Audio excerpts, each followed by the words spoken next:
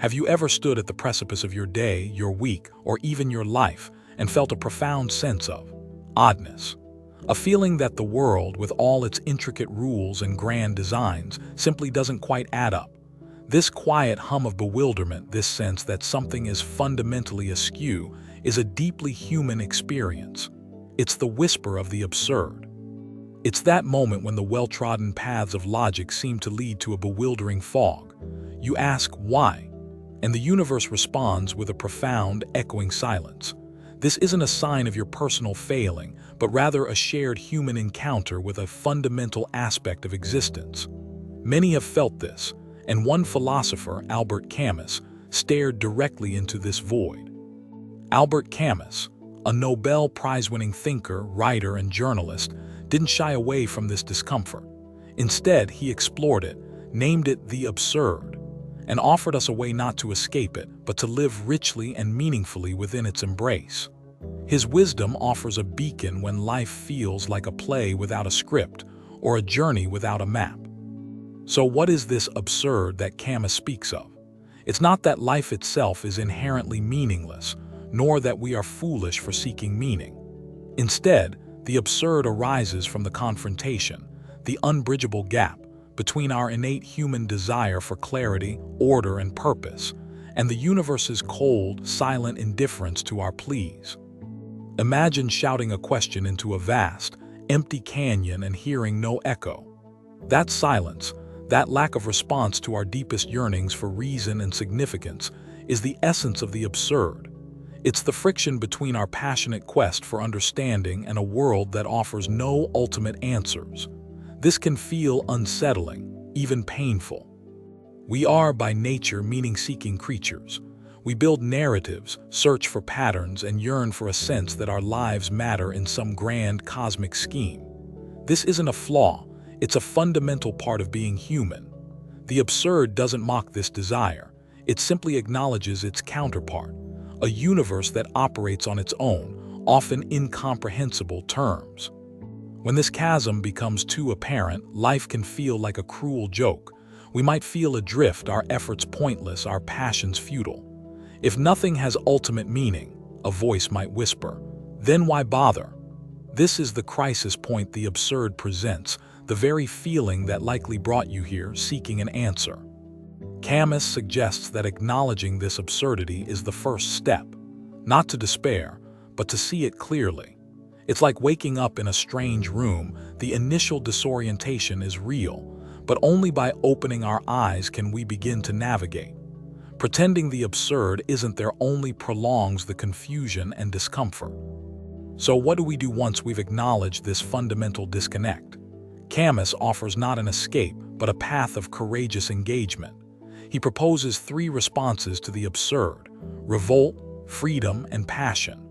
These are not solutions to eliminate absurdity, but ways to live vibrantly in spite of it, or even because of it.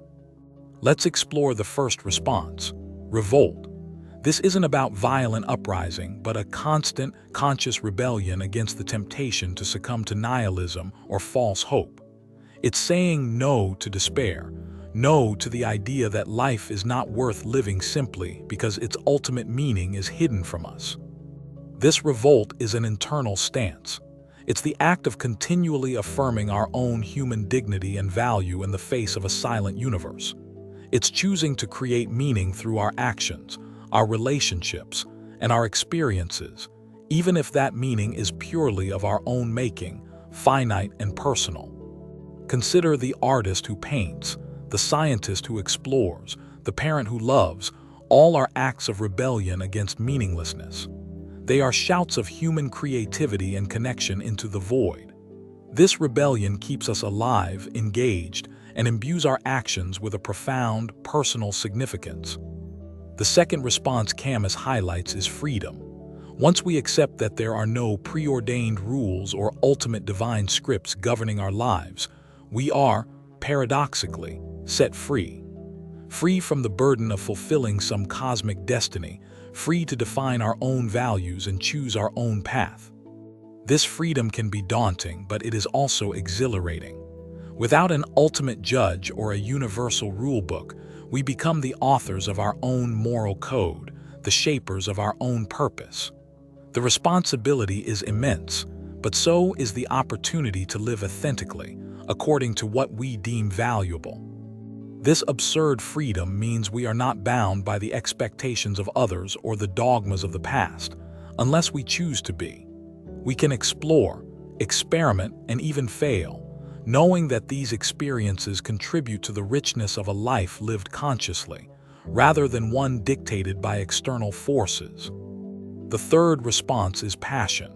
If life is finite and ultimate meaning is elusive, then what truly matters is the intensity and quality of our experience. Camus urges us to live passionately, to embrace the present moment, and to drain the cup of life to its fullest. Passion here means engaging deeply with the world and with others. It's about loving fiercely, pursuing our interests with zeal, and experiencing the full spectrum of human emotion, joy, sorrow, anger, wonder, without reservation. It's about quantity of experience, a richness of living. Think of the things that make you feel most alive. Is it creating something, connecting with nature, engaging in deep conversation, helping others? These are the domains of passion. The absurd hero, according to Camus, multiplies these moments, finding joy not in eternity but in the vibrant now. So we have revolt against meaninglessness, freedom from imposed destiny, and passion for the experience of living. These three are intertwined, fueling each other. They don't erase the absurd, but transform it from a source of despair into a catalyst for a more profound and authentic life. To truly understand how to live with the absurd, Camus presents us with a powerful myth, the story of Sisyphus.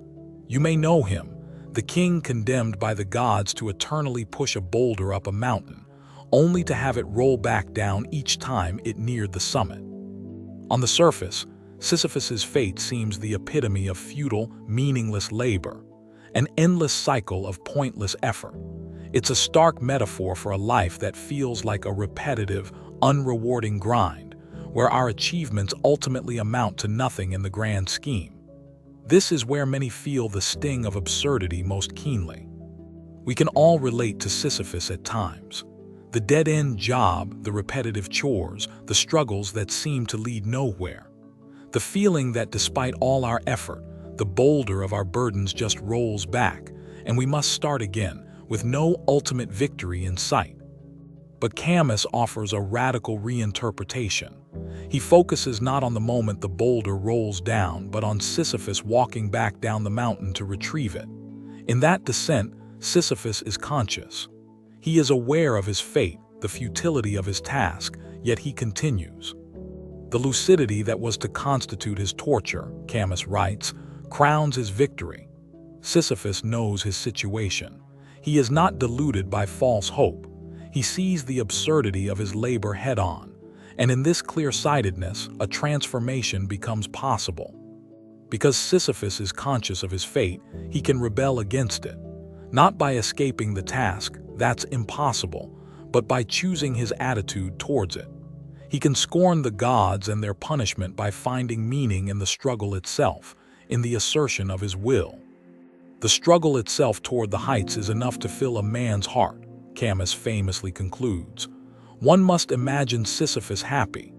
Happy, not because his task is pleasant, but because he has embraced it, made it his own, and found his dignity within its confines. How can Sisyphus be happy? His happiness is a form of revolt. By accepting his absurd condition without resignation, by finding his meaning in the very act of pushing, he transcends his punishment. He becomes master of his rock, his fate. His struggle is his triumph. This is a profound shift in perspective. It suggests that meaning isn't something to be found out there, bestowed by gods or destiny, but something to be created from within, even in the most challenging or seemingly pointless circumstances. We become the source of our own significance. So when life feels absurd, when your boulder feels overwhelmingly heavy and pointless, remember Sisyphus. Ask yourself, how can I become conscious of my struggle? How can I rebel against despair and choose my own meaning within this effort? Your boulder might be a difficult job, a chronic illness, a challenging relationship, or the daily grind of responsibilities. The task itself may not change, but your relationship to it can. This is where your power lies. The first step is awareness. Recognize the absurd elements in your situation without judgment. See the parts that feel repetitive, futile, or out of your ultimate control. Acknowledge the frustration or weariness that arises. This is simply seeing reality clearly. Then embrace revolt. This means consciously deciding that this situation will not crush your spirit. It's choosing to find value, however small, in your efforts. It's maintaining your integrity and humanity even when external circumstances are harsh. Find your freedom within the constraints. You may not be able to change the task, but you can often choose how you approach it. Can you bring creativity, mindfulness, or a different perspective to it? Can you focus on the aspects you can control? And finally, cultivate passion. Engage with your boulder with as much presence and intensity as you can muster. If it's work, focus on the craft, the small wins, the connection with colleagues. If it's a difficult relationship, focus on moments of connection or acts of kindness. This isn't about pretending to love what is genuinely difficult. It's about recognizing that your life is happening now, in this moment of pushing the boulder. And this moment, like all moments, can be lived fully. The quality of your attention transforms the experience. Camus emphasized the importance of the present. The absurd person lives in the present. The absurd man is he who is not apart from his time. When the future is uncertain and the past is gone, the richness of the present moment becomes paramount. Each push of Sisyphus's boulder is unique. Each step down the mountain a new experience if he chooses to see it that way. Similarly, even in repetitive tasks, we can find novelty by paying closer attention, by being more present. When life feels absurd, it's an invitation to live more consciously, to stop sleepwalking through our days and instead to truly inhabit them. It's a call to make our own meaning, moment by moment, through our choices and our engagement with the world. This doesn't mean life will suddenly become easy or free of pain.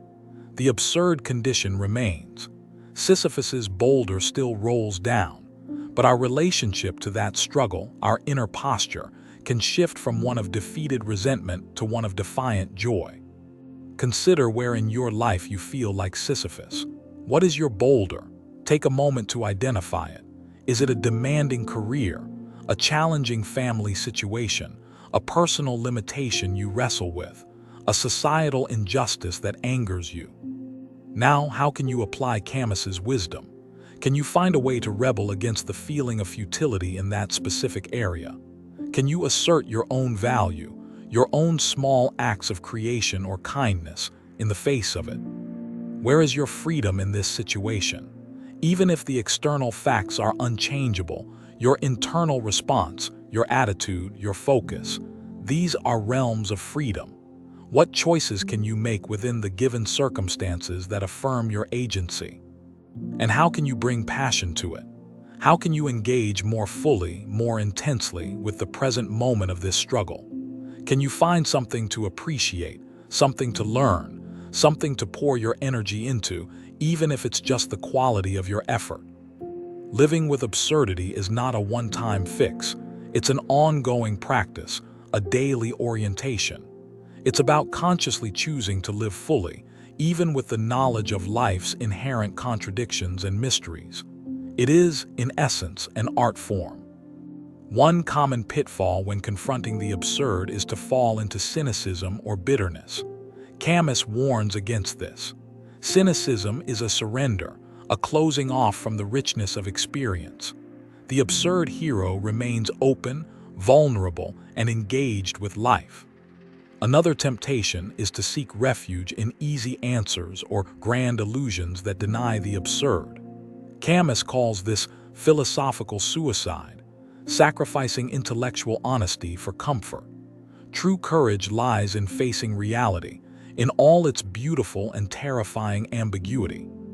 The absurd doesn't mean life is bad. It simply means it doesn't conform to our neat expectations of rational order and ultimate purpose. Within this framework, there is immense room for joy, love, beauty, and profound human connection. These things are not diminished by absurdity. They are, perhaps, made more precious. Think of the simple, profound joys: a shared meal, a beautiful sunset, the laughter of a child, the satisfaction of a job well done. These moments are intensely real and valuable, regardless of any ultimate cosmic plan. They are the jewels of an absurd existence. Love, for Camus, is a particularly potent way to rebel against the absurd. In connecting deeply with another, we create a shared meaning, a small universe of significance that stands defiant against the cold indifference of the cosmos. Love is an act of passionate affirmation. Nature, too, can be a powerful teacher in the face of absurdity. Its beauty is indifferent to us, yet it can inspire awe and a sense of connection to something larger than ourselves, without demanding belief in a specific purpose. It simply is, in all its majesty. The key is to keep the tension alive, the tension between our longing for meaning and the universe's silence. It is in this gap, this divorce, as Camus calls it, that human consciousness and freedom truly shine. Don't try to resolve it, learn to live within it. This perspective can be incredibly liberating. It frees us from the pressure of having to figure it all out or find the one true meaning of life. Instead, we can focus on creating a meaningful life, our own unique tapestry woven from personal experiences and choices. When you feel that familiar ache of what's the point, remember that the point might be the living itself, the experiencing, the striving, the connecting. The very act of asking the question is part of the human drama, the absurd dance. Camus was not a bleak philosopher. He was a lover of life, of sunshine, of the sea, of human connection. His philosophy of the absurd is not a condemnation, but an affirmation of life in all its perplexing, contradictory glory. It's a call to passionate engagement. So the next time life throws you a curveball that seems utterly senseless, or you find yourself staring into the abyss of meaninglessness, pause. Remember Sisyphus and his conscious struggle. Remember the power of revolt, freedom, and passion. Ask yourself, how can I meet this moment with lucid awareness? How can I assert my humanity here? What choices do I have, however small? How can I live this right now with all the intensity I can muster? The feeling of absurdity is not a signal to give up. It is a signal to wake up, to live more intentionally, to appreciate the finite, precious nature of our time and our experiences, to find our own way to make the struggle itself meaningful. There is a unique heroism in this. The absurd hero is not one who conquers the world or discovers ultimate truths, but one who courageously lives in full awareness of the world's indifference, yet still chooses joy, love, and rebellion. This path doesn't promise constant happiness, but it does promise a life of depth, authenticity, and profound engagement. It allows for joy even amidst sorrow, for meaning even amidst meaninglessness. It is a way to be fully human. So what to do when life feels absurd? Acknowledge it. Don't run from the feeling. Let it sharpen your senses and clarify what truly matters to you. Let it be the grit that forms the pearl of a passionately lived life. Embrace your own boulder. Whatever your daily struggles or existential questions, see them not as curses but as the very ground upon which you can build a life of conscious rebellion, sovereign freedom, and heartfelt passion. This is the invitation of Albert Camus. Don't wait for life to make sense before you start living it. The sense you seek is the sense you create through your actions, your loves, and your unique way of being in this world. This is your art, your rebellion, your meaning. Living with the absurd is not about finding answers, but about learning to live well with the questions. It's about embracing the mystery, the uncertainty, and finding our footing in the dance between our deepest human longings and the universe's magnificent indifference. Consider the vastness of time, the immense scale of the cosmos. Our individual lives are fleeting, a brief spark. The absurd reminds us of this. But instead of diminishing us, this awareness can intensify our appreciation for the present moment, for this life. If there is no grand, pre-written script, then you are the playwright of your own existence.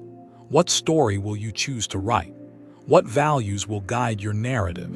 This freedom is both a challenge and a profound gift of the absurd condition. Let the feeling of absurdity not be a full stop, but an ellipsis, an invitation to continue, to explore, to create, to love, to live with ever greater consciousness and intensity. This is the courageous path Camus illuminated. The weight of the world might feel heavy, like Sisyphus's stone. But remember, it is in the conscious bearing of that weight, in the full engagement with our human condition, that we find our strength, our dignity, and even our joy. The absurd challenges us to be present, not lost in anxieties about the future or regrets about the past, but fully here, in this breath, in this moment. This is where life unfolds. This is where meaning is made. To live with the absurd is to cultivate an inner resilience. It's knowing that even when the world feels chaotic or senseless, you possess the capacity to choose your response, to find your footing, and to continue creating value in your own unique way. When things fall apart, or when meaning seems to evaporate, remember this. Your consciousness, your ability to witness and to choose, is itself a profound act of rebellion against chaos. It is a spark of order in a seemingly disordered world. Do not fear the silence of the universe. Instead, let it be the canvas upon which you paint your own vibrant, passionate life. Your actions, your love, your creations, these are your replies to that silence. Let them be bold and beautiful. The absurd is not a destination of despair, but a starting point for a more authentic journey. It strips away illusions and invites us to build our lives on the solid ground of lucid awareness and courageous engagement. So when life feels absurd, what do? You live. You live with open eyes, an open heart, and a spirit of defiant joy. You embrace your Sisyphus-like struggles and make them your own. You find your freedom in the here and now. Remember, the struggle itself is enough to fill a man's heart. Find the struggle that is uniquely yours, embrace it with consciousness, and you may well find, as Camus suggests, that Sisyphus, and you can indeed be happy. This perspective doesn't magically erase difficulties, but it reframes them. It transforms obstacles into opportunities for demonstrating our humanity, our resilience, our capacity for love and creation in the face of an indifferent universe. This is the profound gift of embracing the absurd. Each day offers a fresh canvas. Each moment, a new choice. How will you engage with the inherent absurdity of existence today? Will it be with resignation, or with the quiet, powerful rebellion of a life lived passionately and consciously? The feeling of absurdity is a universal human current. By understanding Camus's perspective, we connect with generations of thinkers, artists, and ordinary people who have wrestled with these same questions and found ways to live meaningfully nonetheless. You are not alone in this. Let this understanding not be just an intellectual exercise, but a lived reality. Notice the absurd in your daily life, not with despair, but with a knowing smile, the smile of Sisyphus who has found his freedom in the heart of his struggle. The ultimate answer to what to do when life feels absurd is perhaps deceptively simple: live. But live it fully, consciously, rebelliously, freely, and passionately. Make your life your defiant masterpiece against the silence of the cosmos.